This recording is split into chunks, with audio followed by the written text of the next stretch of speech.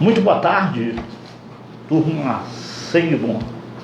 Eu tenho o privilégio, vou reiterar, privilégio de estar ao lado do delegado da Polícia Federal, Eguchi. Ele que arduamente, combativamente, disputou a eleição para prefeito da nossa capital. E por detalhes, nós não temos ele como nosso prefeito. Delegado, para você, eu acredito, me permite me chamar de você. Claro, à vontade. Para você sabia do seu tamanho. A população, quando você entrou em cena, a população começou a lhe abraçar já logo desde o primeiro turno. E no segundo turno, nós tivemos que ver um grupo todo se levantando contra o senhor para tomar Belém de assalto. Como o senhor avalia? Na verdade, obrigado primeiro pela entrevista aqui, obrigado por dar essa oportunidade para quem não me conhece, que fique me conhecendo, mas na verdade quando eu comecei a campanha, não era que eu conhecia o meu tamanho, eu conhecia o que o eleitor não queria. Eu ter chegado ao segundo turno e quase ter conseguido ser o prefeito de Belém, claro que a instituição que eu trabalho ajudou muito a levar essa credibilidade, a Polícia Federal. Mas no momento, no início da campanha, eu sempre comentava com todos que estavam ao meu redor que o prefeito de Belém seria um outsider, seria alguém de fora da política, porque o povo não aguentava mais ou não aguenta mais as figurinhas carimbadas que estão aí e que tem essa divulgam tanto dessa experiência política, mas que só leva nossa cidade, nosso estado para o buraco. Essa dita experiência política é boa, mas boa para eles, boa para o grupo político que comanda, mas não para a população ou para o município, porque a gente não vê resolver os problemas da população. Então eu falava, o próximo prefeito é um outsider, que podemos ser nós. Porque se você perceber que os 12 candidatos que estavam lá, o único que não era do contexto político era a gente. Os outros ou têm mandato, ou tinham mandato, ou já tinham sido candidatos, ou mesmo já tinham tido mandatos. E nós éramos os únicos reais, era o real outsider, sem família política, sem tradição política, sem envolvimento político. E quase conseguimos ser eleitos prefeito, porque a população não suporta mais. E o atual prefeito só ganhou porque os grupos políticos do Estado, todos literalmente se uniram e usaram todo o jogo sujo que eles sempre fazem na política para evitar que a gente ocupasse a cadeira de prefeito e mostrasse a podridão da política. Mas mesmo com todo esse povo junto, esse povo do mal, da velha política, das bandalheiras, nós quase ganhamos, sem uma mentira, sem um centavo de compra de votos todos conquistados, com muita transparência. Aqui você está aqui vendo tudo que a gente tinha na prefeitura está aqui. Esse daqui é o nosso comitê. Foi aqui que tudo começou e tudo, não vou dizer que terminou, porque não terminou, mas para você ver, a coisa muito simples. Agora, nós só conseguimos chegar onde chegamos com a ajuda do povo de bem, que não suporta mais os desmandos da velha política, do povo que acredita em Deus, pátria e família. E esse povo vai mudar a política em 2022. Pode escrever o que eu estou dizendo. Em 2022, nós teremos um novo governador que vai ser eleito pelo povo do bem, que vai ser o povo que tem como valores Deus, pátria e família, valores morais, religiosos, patrióticos. Isso, 2022, vai mostrar que mesmo a união das oligarquias não vai tirar o poder do povo. Pega esse gancho, o senhor já se coloca no cenário do jogo político de 2022. Então, pergunto-lhe, majoritário ou um cargo de deputado federal? 2022, na verdade, começa quando termina 2020. Sim. E 2024 vai começar quando terminar 2022. Então, não para, a política não para. Mas assim, eu cheguei num ponto que não há volta. Politicamente falando, eu cheguei num ponto onde não é somente a minha vontade que vai determinar o cargo que eu vou ocupar. É a vontade de todos aqueles que têm interesse na mudança. Então, eu sou candidato, claro, em 2022, não tenho como não ser candidato.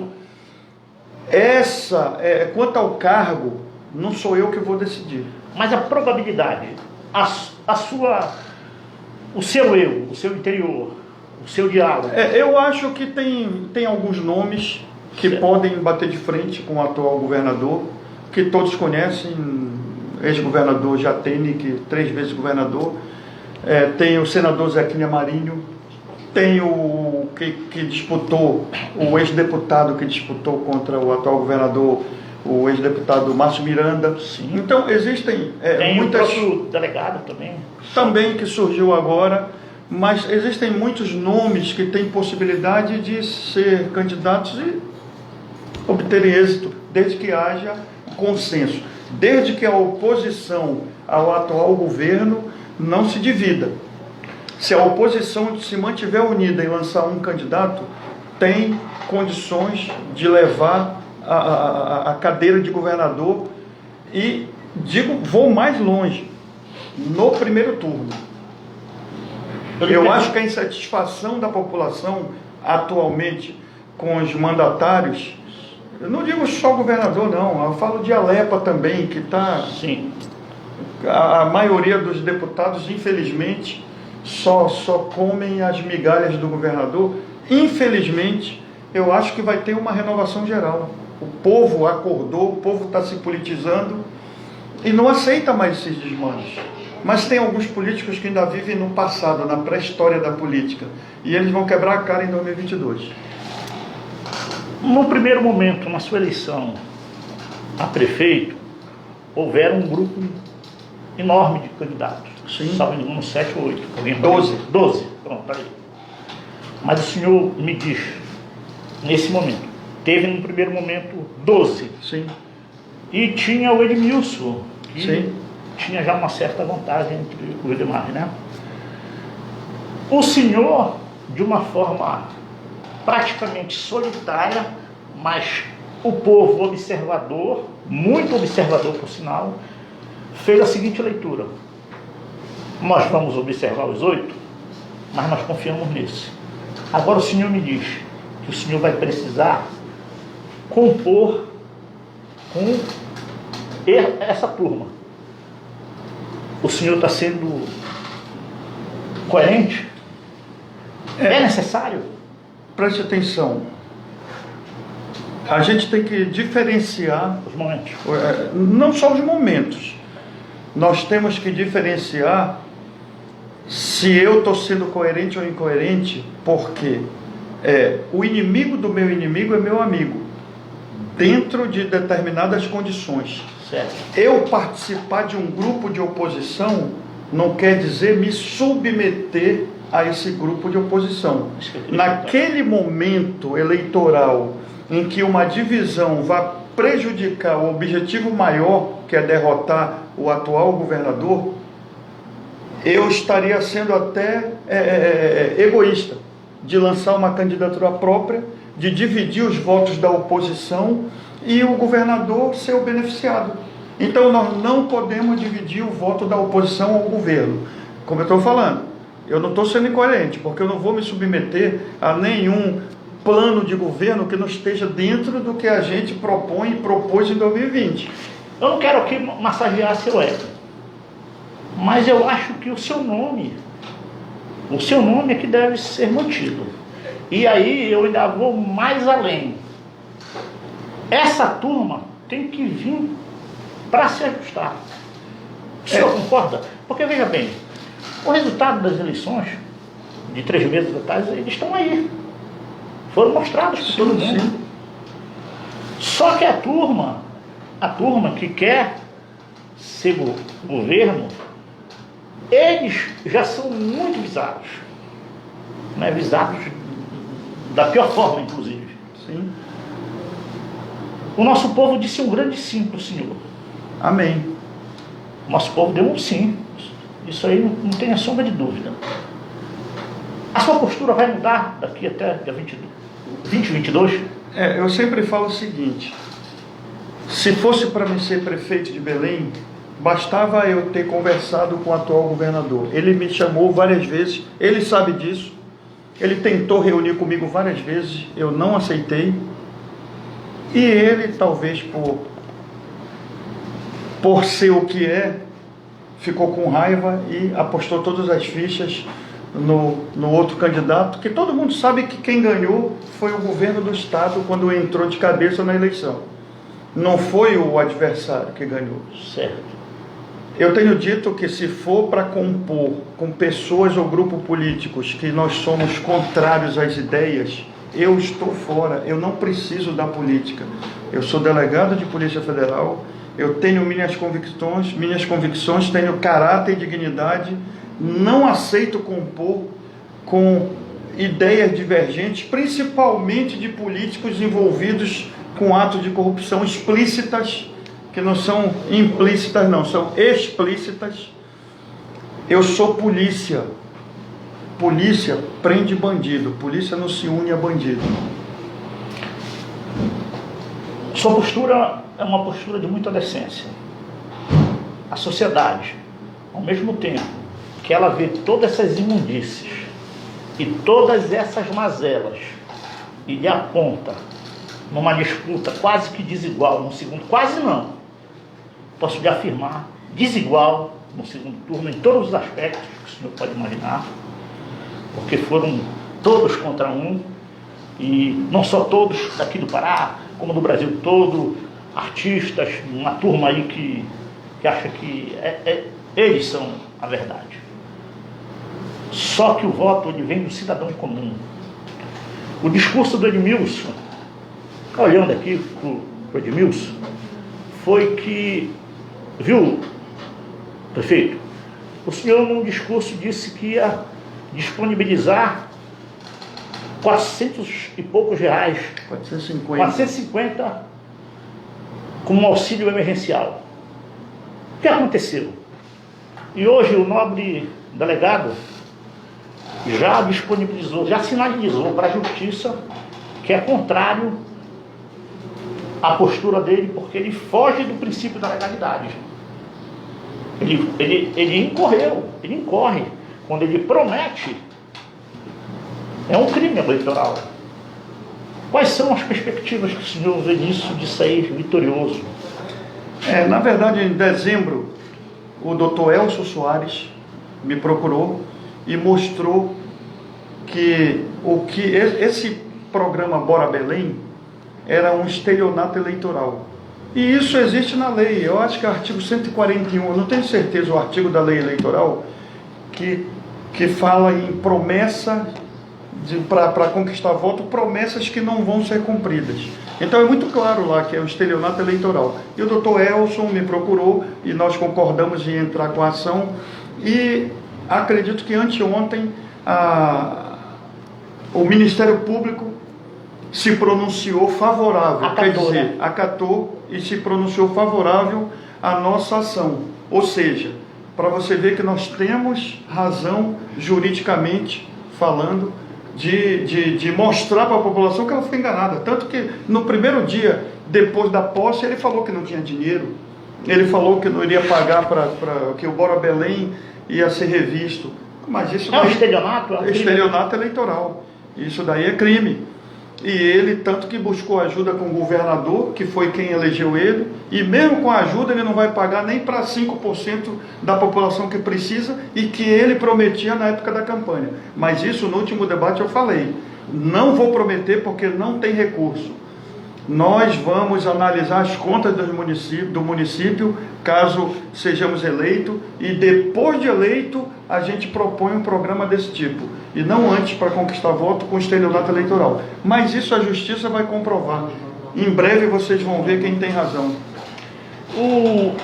Hoje, enquanto cidadão, o que me incomoda, e eu não tenho nem um milímetro de dizer isso, é que o discurso do atual prefeito, o discurso de campanha, era para uma determinada classe, os menos favorecidos. Um discurso socialista, um discurso bora Belém, de novas perspectivas, mas a leitura era para que o povo entendesse que o povo estaria de mãos dadas. Mas ao assumir, ele se alia ao governador. Discurso diferente da postura, né? De quem está à frente da prefeitura. E lhe digo mais, os cargos técnicos, o secretariado hoje, todo fatiado. Para quem fala em socialismo, para quem fala, eu estou muito assim, eu fico surpreso, não é? O Hélio Eiros falava que faltava boi voar na época, o boi já tinha voado. O senhor concorda? E o senhor se coloca a parte desse processo do boi voar? A primeira vez que eu conversei com alguém, quando eu decidi sair candidato em 2018, que foi o presidente Bolsonaro que me convidou, e eu só estou na política por causa do convite dele, eu jamais entraria na política. E logo após eu ter aceitado esse convite, eu reuni com algumas pessoas, e dentre essas tinha um que tinha muita experiência política, e ele me falou uma coisa, ele falou, na política só não pode perder uma eleição, o resto pode tudo. E aquilo me deixou muito triste, porque eu jamais iria entrar nesse jogo sujo que é a política. E eu acho que eu refiz essa frase dele, pelo menos dentro das minhas convicções. Eu acho que na política só não pode perder, mas não é as eleições, não pode perder o caráter, a dignidade, a ética. Se nós mantivermos o nosso caráter, nós vamos conseguir mostrar para a população que existe uma saída. E está aí a eleição de 2020 mostrando que a população não aceita mais ser manipulada, ser enganada, e que a população está começando a se informar. Eram 12 candidatos, eu tinha 18 segundos de televisão, quer dizer, nada, mal falava meu nome, e nós fomos para o segundo turno com quase 170 mil votos, entre 12 candidatos, quase todos com mandato, todos conhecidíssimos, todos deputados aí. Veja quem são: Edmilson deputado, Priante deputado, Tiago deputado, Cássio deputado, Gustavo deputado, Mário Couto ex-senador, tudo assim. Sim. E esse cara aí, que é esse doido aí que veio, se meteu no meio dos tubarões. Mas a população decidiu entre 12 candidatos com dinheiro, com tempo de televisão, com experiência política, com militância, com tudo, que não quer mais isso.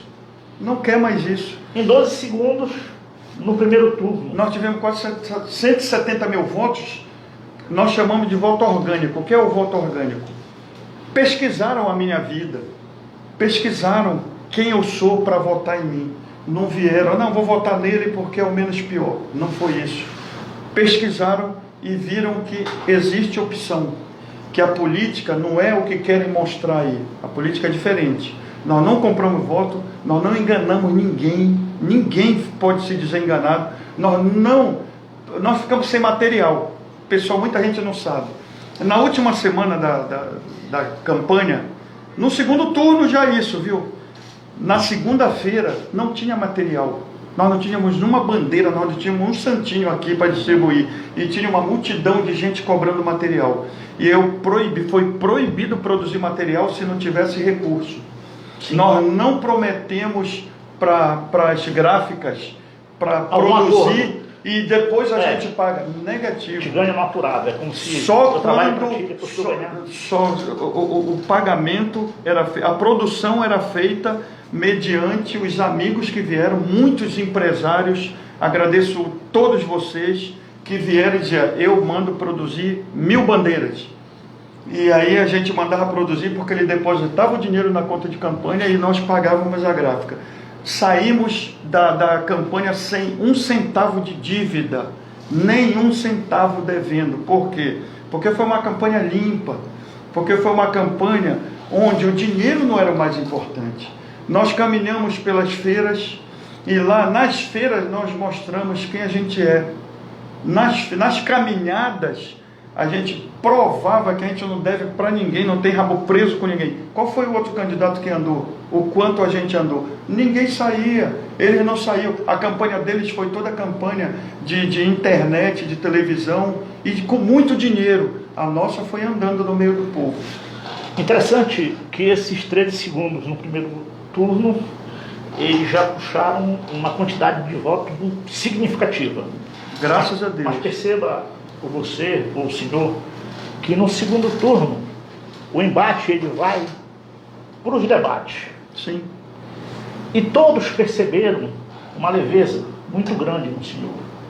Ao contrário do deputado e prefeito agora, estava muito tenso, embora Sim. com uma história política, né, grande, mas de uma só voz nós escutamos.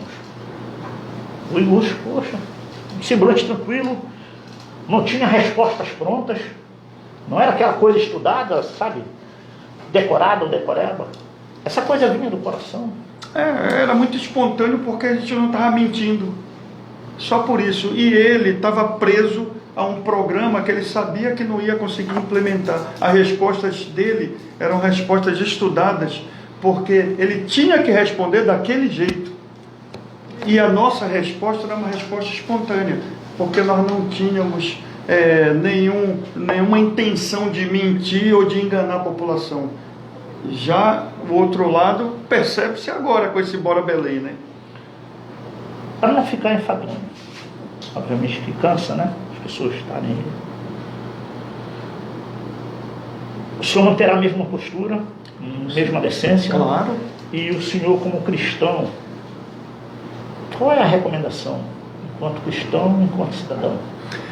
Eu sempre falo... E família? Então... Deixa só... Não, pode ficar à A vontade. família está praticamente destruída, as nossas famílias. Sim. Por conta de várias mazelas. Sim. Como trabalhar numa perspectiva nova, a possibilidade de nós organizarmos as famílias, Sim. principalmente as tradicionais. Nós temos perdido muitos jovens, não só por a droga, por essa coisa da homossexualidade e tudo mais. Como combater isso, querido? Sem falar de amor. Então, quando eu falo que eu sou conservador, tem que também fazer uma diferenciação. Família. Primeiro, família para mim é a coisa mais importante. Se a minha família não estivesse do meu lado, eu jamais sairia para qualquer campanha ou para qualquer lugar sem a minha família me dando todo o apoio. Mas muita gente me taxa de conservador, fascista, nem me conhece, nunca me viu, nunca acompanhou minha vida. Mas enfim, faz parte da campanha que os adversários fazem para tentar destruir nossa imagem. Mas deixa eu falar sobre família, especificamente, era uma coisa que eu tinha muita vontade, eu não tive a oportunidade de falar na campanha. Eu sou um conservador, mas não sou conservador radical. Sim. Nós temos que acompanhar a evolução.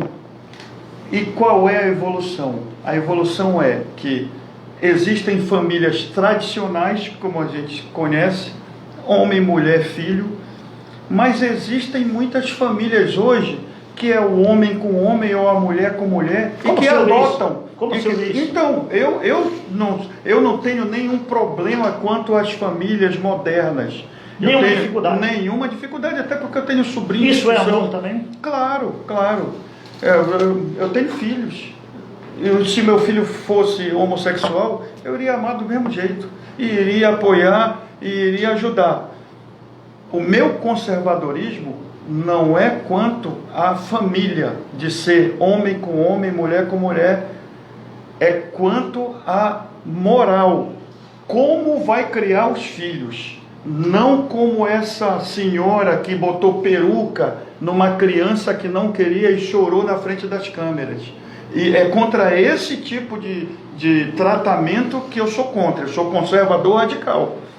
Agora, se ela cria o filho dela dentro dos valores morais da nossa sociedade, nenhum problema de ter 2 pais ou 2 mães, mas tem que criar para respeitar os outros, respeitar a diferença, assim como nos cobram o respeito, nós temos que cobrar o respeito, porque aquilo foi um desrespeito que ela fez com aquela criança. Sim. Então, eu não sou conservador radical ao ponto de dizer que não concordo com uma família de homem com homem ou de mulher com mulher. Nada contra.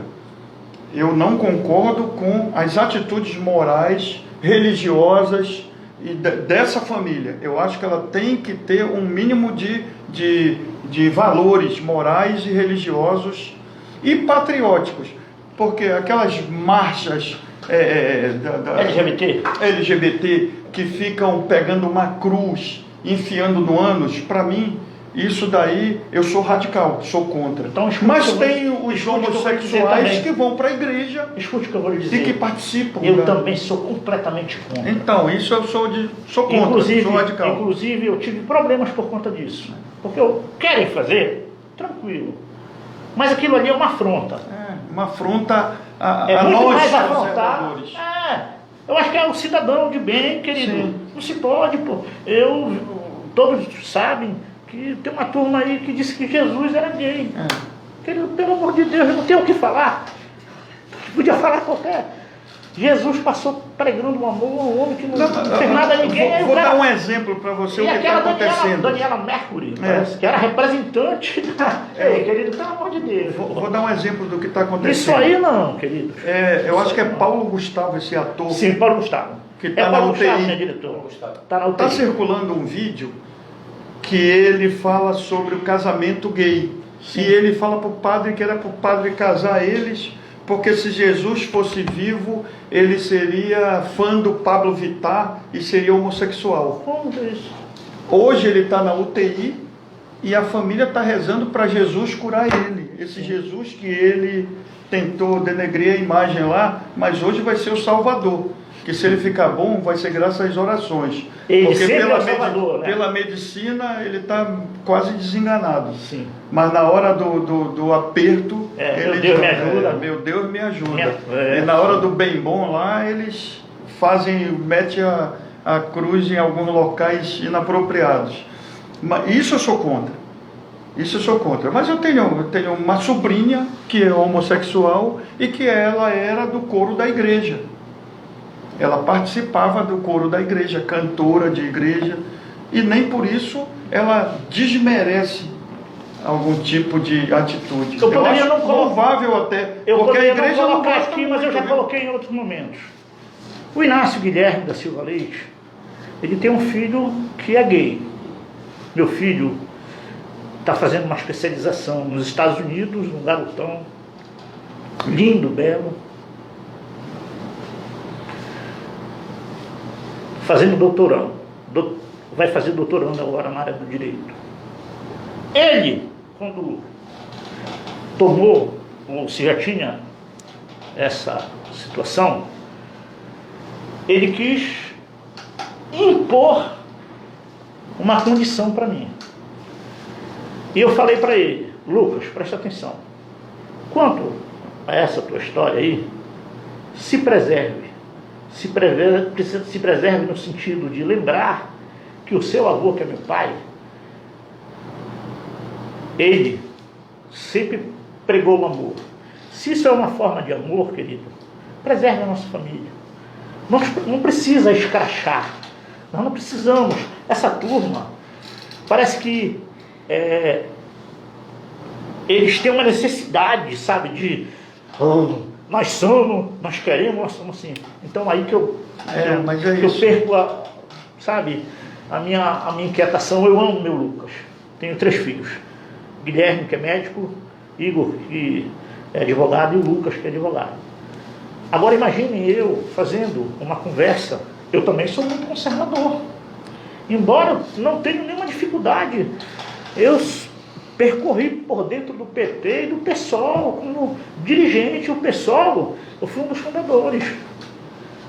Mas os valores que eu guardo são valores lá atrás, da minha mãe e do meu pai, que hoje em dia, tudo que se faz, olha, não se pode ralhar, no meu tempo era ralhar, né? Não se pode dar uma palmada, tudo. A gente não sabe mais quem é homem, quem é mulher. Não, eu estava lendo um dia, eu acho que hoje, ontem, era um texto de alguém com mais de 50 anos. Incrível. Que ele falava assim: na minha época de juventude, adolescente, as pessoas que a gente cultuava eram um nordestino, um negro, um artista de circo e um caipira, que eram os trapalhões. Sim. E era tratado o neguinho, sim, o caipira, e a recíproca tudo. era interessante. E nunca houve esse problema de estar desrespeitando determinada minoria. Era um tratamento carinhoso, era um tratamento normal. Hoje, se a gente chamar para algum algum negro, chamar de neguinho, Eu, em particular, já tenho isso até era um medo. tratamento Eu tenho comum. medo de lidar com as pessoas. Hoje eu estou com uma extrema dificuldade de lidar Então, com pessoas que eu não conheço. O tempo mudou, os valores estão querendo mudar, mas nós conservadores mantemos a nossa, digamos, a nossa educação. Tem um ditado judeu que fala: eduque seus filhos, que você estará educando seus netos. Amém. Ele acabou de falar, né? Porque seu avô, Pois é. ele ainda tem valores. Delegado, para finalizar, família, pátria e Deus. Deus. Na verdade é Deus, Sim, família Deus, e pátria. Esses são os pilares que podem mudar a sociedade. São os pilares para a mudança. Na verdade não é para a mudança, é para o retorno ao respeito, é o retorno à moralidade, é o retorno... Porque, assim, existe uma contribuição um pouco da religião. Sim. As igrejas, elas, digamos assim, eu até vejo os homossexuais de hoje com esse... Me permita fazer uma provocação. O Sim. senhor vê o Estado como Estado laico? O Estado é laico, mas as pessoas são religiosas. Sim. É igual... Há o respeito pela Sim, sua parte, eu pelas acho que diversas manifestações. eu acho que a igreja contribuiu para que os homossexuais tivessem que ter essa atitude de mostrar, porque a própria igreja ela não aceita o homossexualismo. Sim. Então, às vezes ele está dizendo: não, mas eu sou assim, eu acho que homossexual não via, como falar, saiu do armário, virou, não vira, nasce. Sim. Eu acho que nasce E também não é homossexual. opção, nem escolha. Não, nasce homossexual. E só que pela educação conservadora ele tem que se reprimir, mas depois que ele chega num determinado ponto, ele assume a sua condição de homossexual e a gente tem que respeitar. Mas temos que ser respeitados também. Poxa. É isso que eu cobro. Não há Nada. não tá Tenho, vendo, como não eu tá falo, eu vendo tenho respeito. sobrinhos homossexuais. Sim. Eu respeito até onde eles me respeitam. E graças a Deus eu nunca tive nenhum problema. Eles sempre me respeitaram. E eu sempre respeitei. Amo do mesmo jeito quem é hétero, quem é... Todos são Sim. meus sobrinhos. Não tenho diferença Amor nenhuma. Mas eu exijo o respeito que eu dou. Eu cobro o respeito que eu dou. Entendeu? Não é só a gente dar respeito, mas eles nos desrespeitarem. É isso que eu não aceito. A grande dificuldade de alguns da turma LGBTI+, é que eles acham que nós somos os maus, que nós não amamos, que nós não respeitamos, que nós somos contrários ao que eles são. Pelo contrário, querido. A disputa política, ela tem essa questão levou para esse lado. ideológica, essa coisa, sabe? Desculpa o termo, essa coisa vil, sabe? Infelizmente. Isso não faz bem para a sociedade. Eu acho que o convencimento, Jesus passou aqui na terra pregando o amor, falando do amor. As pessoas não se atentam para o amor. Nós estamos passando por um processo aí, né, de muita dificuldade com essa pandemia. E tem pessoas ainda lutando, né, por questões que nesse momento insignificantes. Perfeito. Delegado, que prazer enorme. O prazer foi meu, oportunidade de poder esclarecer algumas coisas. E eu estou à disposição, estou à disposição. Mandar algum recado para o nosso turma? Na verdade, tem um recado. Pois não. Qual é o recado? Para você que acredita nos valores conservadores, que acredita em Deus, família e pátria, continue acreditando. Você viu que quase nós conseguimos eleger o prefeito de Belém. Quase nós conseguimos eleger o prefeito sem nenhum envolvimento político, sem nenhum grupo político, sem nenhuma oligarquia política. Nem um ruído, né? Era uma pessoa de fora do mundo político. Então, o povo que tem a força, 2022 está aí, nós vamos eleger um governador que realmente vai ser governador para o povo e não para os projetos políticos próprios do grupo político dele, como é hoje. Mas isso vai mudar em 2022. Acredite, tivemos uma abstenção muito grande, que bastava 10% a menos de abstenção, o prefeito seria outro. Então, que sirva de exemplo para você que não foi votar, para você, o momento, é a arma que nós temos de acabar com a corrupção. É o nosso título de eleitor e é o voto. Web TV Sangue Bom, Inácio Leite, Sangue Bom, tendo o privilégio de ter essa exclusiva. Para mim, eu me sinto, lhe confesso que muito feliz pela oportunidade. Nada, estamos aqui à disposição. Eu preservo o zelo, eu sou funcionário público federal há 33 anos, eu preservo o zelo, a decência, isso, a honestidade e o amor, querido. Eu acho que é isso que o Senhor quer para a nossa gente. Amém. Para o mundo. Ninguém é salvador da pátria, não, mas nós estamos aqui para contribuir. Isso. Muito obrigado mais uma vez. Eu que agradeço.